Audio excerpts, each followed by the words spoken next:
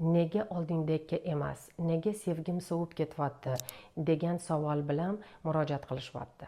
Asal oyi davrida hamma narsa oson tuyuladi, hamma narsa juda shirin, sevgiz, muhabbat. O'sha paytda suhbatlaringiz tugamaydi, bir-biringizga to'ymaysiz.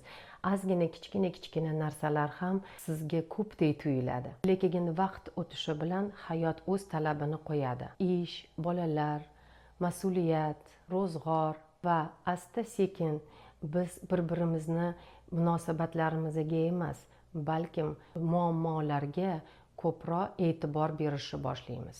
Er-xotin o'rtasidagi sevgi, suvgarchilik tushish nafaqatki xiyonatdan emas, balki katta janjallardan ham emas.